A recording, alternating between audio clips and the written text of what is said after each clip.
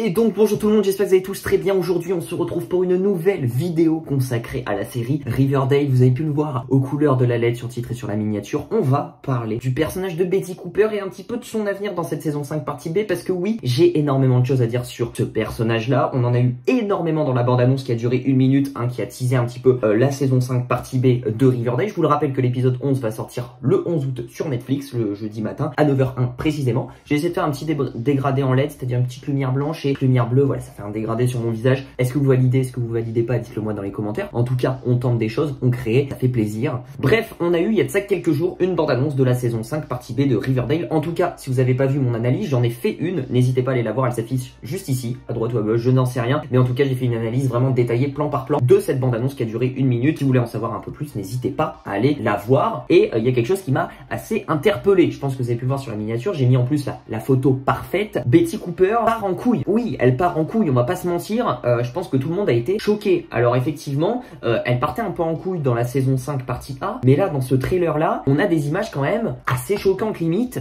assez intéressantes quand même. Déjà on va reprendre un petit peu tout. Pour moi, Betty va partir en couille. On va voir son côté sombre, peut-être pour la première fois, mais vraiment son côté sombre, son côté dark. On sait qu'elle a des gènes du Blackwood. C'est vrai qu'on avait pu voir une Dark Betty dans un épisode, on s'en rappelle, ça faisait longtemps dans la saison 1, je crois, ou saison 2. On sait qu'elle parfois elle avait des pulsations, etc. Dans son enfance, on sait qu'elle a tué, je crois, son chien ou son chat, il me semble. Bref, on sait que elle a des pulsions. Mais là, c'est pire que des pulsions. Là, c'est vraiment, on déborde. Là, on déborde. Et là, elle a complètement changé, je pense, de mentalité. Et on la reverra pas forcément avant très longtemps, je pense, gentille finalement, parce que on a 3-4 images qui sont ultra intéressantes. Déjà, un truc tout con, moi qui me fait dire que Betty va passer du côté obscur et qu'elle va tuer des gens. Déjà, on a une première image. Je voulais y revenir quand même parce que c'est assez intéressant, de Betty qui a une tronçonneuse. Alors non, c'est pas pour faire, je pense, un film, c'est pas pour faire un remake de Massacre à la tronçonneuse. Elle a vraiment une tronçonneuse dans la main, très déterminée finalement, parce que comme vous pouvez voir sur la photo que je vous affiche ici, elle a sa tronçonneuse, elle active sa tronçonneuse et il y a une sorte de travelling arrière où justement elle avance avec sa tronçonneuse comme si elle allait trancher la gorge de quelqu'un ou vraiment buter quelqu'un avec la tronçonneuse. Elle m'a l'air d'être justement dans la même pièce que où elle a du coup ligoté aussi quelqu'un, parce que oui, c'est Betty Cooper qui a enchaîné ce fameux individu que je vous mets juste ici, qui est probablement pour moi le camionneur. On va pas se mentir, je pense qu'elle a trouvé le bon ou le mauvais camionneur, mais en tout cas elle a trouvé un potentiel suspect finalement, et du coup elle le torture un petit peu comme elle avait fait finalement, souvenez-vous, dans la saison 5 partie A. On s'en rappelle, il y a un épisode où Betty avait ligoté un faux, c'était le faux camionneur finalement, c'était pas le vrai, mais elle avait ligoté un mec dans la forêt, sur un tronc d'arbre, etc. Elle était sur le point de le buter, elle avait son flingue, son gun, etc. Jusque au moment où il y a un coup de fil de Jughead qui dit ouais viens, etc. Il me semble, où il y a un coup de fil, et du coup elle part, mais sinon elle l'aurait buté. Voilà, pour vous dire. Donc là, elle était déjà sur la limite, souvenez-vous de cette scène, elle était déjà sur la limite de tuer quelqu'un. Et là, je pense que là, là, elle va avoir personne autour et elle peut tuer cet individu-là, du coup, qui est peut-être le vrai camionneur ou le faux camionneur. Alors ça, à vos théories. Moi, je pense que c'est le vrai camionneur cette fois-ci, parce que déjà, on a trop de méchants. Il faut absolument que le camionneur soit révélé au grand jour et qu'on avance dans l'intrigue, parce que sinon, on va perdre trop de temps finalement. Donc je pense que cet individu-là, c'est le vrai camionneur, et que du coup, Betty le torture finalement pour savoir où est sa sœur Polly, etc. Parce qu'on sait que le camionneur a un rapport avec la disparition de sa sœur Polly. Et ce qui est ultra intéressant, c'est que justement, c'est elle qui l'enchaîne. Et en plus de ça, l'image où elle a la tronçonneuse dans la main, c'est dans la même pièce. C'est dans la même pièce. Donc la question que je me pose, mais je pense avoir la réponse, c'est est-ce que Betty va tuer cette personne finalement, cette personne qui est ligotée? Et moi je pense que oui. Je pense qu'honnêtement que oui. Et c'est là où le déclic va être lancé. Franchement, pourquoi ils nous montreraient des images comme ça, vraiment, d'une Dark Betty, etc. On sait que ça allait arriver. On sait que Roberto Aguirre Sacasa voulait en parler un peu de la Dark Betty, etc. Et qu'il avait dit, il y a de ça quelques années, que il voulait se concentrer un peu plus dessus, qu'il voulait exploiter un peu plus cette psychologie-là, etc. Moi je me dis pourquoi pas, ça peut être ce moment-là où vraiment il y a un gros déclic de la part dans la mentalité de Betty finalement, et que là elle reviendra pas en arrière finalement, parce qu'elle va buter quelqu'un. Regarde, le mec il est enchaîné. En plus on a ensuite une image de Betty avec la tronçonneuse. Attends, mais elle prend la tronçonneuse déterminée et elle s'avance en activant la tronçonneuse. Donc vraiment, elle est pas là juste pour faire une scène de massacre à la tronçonneuse. Non, là je pense qu'elle veut vraiment aller trancher la gorge à quelqu'un, ou peut-être juste lui faire peur. mais ce que je pense pas, personnellement, je pense qu'il y a plus que ça et que je pense que elle peut buter le gars. Vraiment, moi quand j'ai vu ces scènes-là, j'étais quand même assez choqué. J'étais content parce que on va voir un peu comment va évoluer cette Dark Betty là et si elle fait vraiment, elle passe ce pas-là, hein, si elle franchit ce cap, ce mur finalement de tuer quelqu'un, comment du coup elle va s'en sortir après, parce que effectivement ça va plus être la même Betty. Et puis aux yeux de Archie, de Veronica, Jughead, etc. Comment elle va s'en sortir, comment elle va cacher le corps, est-ce que elle va le révéler, est-ce qu'elle va pas le révéler, voilà, quelle va être sa psychologie finalement, j'en sais rien. En tout cas, moi je pense réellement, moi comment ça va se passer, cette scène-là, elle va torturer le mec à fond, elle va tuer le gars, pour moi elle va tuer ce mec, parce que au bout d'un moment, il faut que Betty passe le cap,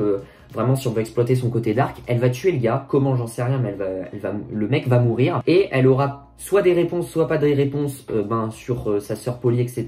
où elle est et tout. Mais je pense qu'après elle va revenir chez sa mère, comme si tout était normal, comme si elle avait rien fait, etc. Mais soulagée d'avoir tué le vrai camionneur. Je pense que ça va être comme ça. Elle sera soulagée. On peut voir une scène rapidement de Alice Cooper et en flou au fond on peut voir Betty c'est dans la maison Cooper, etc.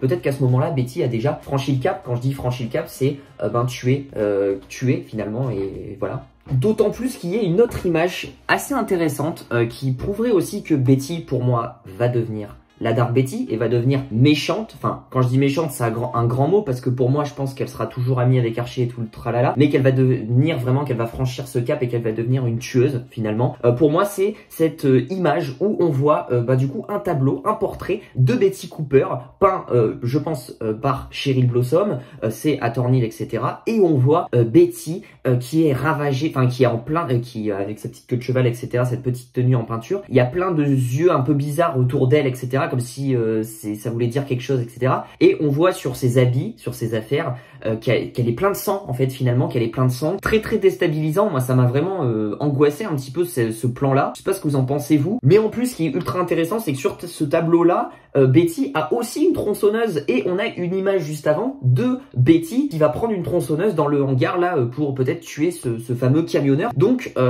ça paraît dingue, mais soit Cheryl a des visions dans le futur, parce que pourquoi Cheryl peindrait des choses comme ça? Franchement, c'est que elle a eu des visions ou quelque chose comme ça. On sait qu'il y a tout un aspect magie dans la famille Blossom qu'on va exploiter et tout. Peut-être que Cheryl pas voit dans le futur, mais peut-être voit une Betty qui va tuer des gens, etc. Et là, ça prouverait le truc. Vraiment, ça confirmerait pour moi le truc, ce tableau-là, où Betty, habillée avec sa petite nuit rose et tout, on a plein de sang sur ses bras, sur sa tête. Sa tête est un peu comme si elle était énervée, etc. On a la tronçonneuse qui marche, qui est remplie de sang. On a des yeux de partout avec du sang un petit peu, vraiment, c'est un peu abstrait, mais comme si elle était enfouie dans la pénombre, hein, finalement, dans les ténèbres, etc. Dans son côté dark. Et c'est surtout tout cet aspect de sang et cette tronçonneuse-là, surtout, qui me fait poser des questions, parce que ces deux scènes seraient pas liées finalement, mais elles voudraient dire la même chose, et ça confirmerait, surtout ce tableau-là, ça confirmerait que Betty va vraiment tuer des gens dans cette saison 5 partie B. Et j'ai envie de vous dire, d'un côté, c'est logique qu'elle tue peut-être le camionneur, etc. Peut-être, c'est logique, parce que il y a beaucoup trop de méchants, et il faut qu'il y ait des têtes qui tombent. Je veux dire, il faut qu'il y ait des têtes qui tombent. Au bout d'un moment, on rajoute des méchants. Il y a quand même le Mothman, il y a le tueur au sac poubelle, il y a Hiram, Pénélope et le camionneur. Et encore, si on oublie peut-être un retour d'Edgar ou quoi que ce soit, bref, j'en sais rien. Mais il y a énormément de méchants encore présents dans Riverdale. Donc du coup, il faut qu'il y ait des têtes qui tombent rapidement. Je vous le rappelle que la partie B sera composée, il me semble, d'une dizaine d'épisodes, même pas, je crois. Donc il faut que ça aille vite. Il faut que ça aille vite. Et pour moi, peut-être que dans les premiers épisodes, Betty va tuer le camionneur. Alors après, vous allez me dire, oui, il y a quand même des images de Betty qui sourit un petit peu. C'est vrai qu'on a Betty, on a 2-3 images, un petit peu de gros plans de Betty qui est chez Pops et qui parle à des gens, à quelqu'un, habillé de la même tenue que quand elle ligote l'autre mec, etc.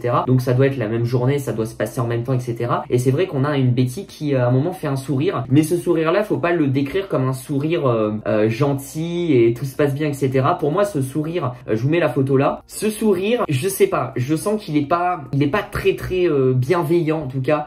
On sent que déjà sur ce plan-là, en tout cas, on sait pas du tout de quoi ça parle cette conversation et tout. Je sais pas à qui elle parle non plus, mais en tout cas, elle est habillée elle est habillée pareil que quand elle ligotait le mec, donc ça se passe vraiment en même temps. Et je trouve qu'elle a déjà les yeux un peu bizarres et elle a une sorte de sourire un peu narquois, un peu malsain. Et pour moi déjà, à partir de ce moment-là, elle a déjà basculé de l'autre côté, qu'elle a déjà tué quelqu'un, je pense vraiment, et que ça lui fait plus aucun effet. Vraiment, elle se rend compte que tuer finalement, pour elle c'est pas, ça lui fait pas peur finalement, et qu'elle a vraiment des gènes de son père. Ensuite, il y a une autre image qui se passe aussi dans le hangar, je pense, c'est un gros plan de Betty qui se retourne, et pareil, il y a une partie de son visage qui est rouge avec les lèvres rouges et tout, comme si elle observait, on est un peu en contre-plongée sur ce plan là, comme si elle observait le mec qu'elle vient de tuer. Finalement, on est aussi dans le hangar où elle ligote le camionneur, comme si elle l'observait, comme si elle avait fait quelque chose.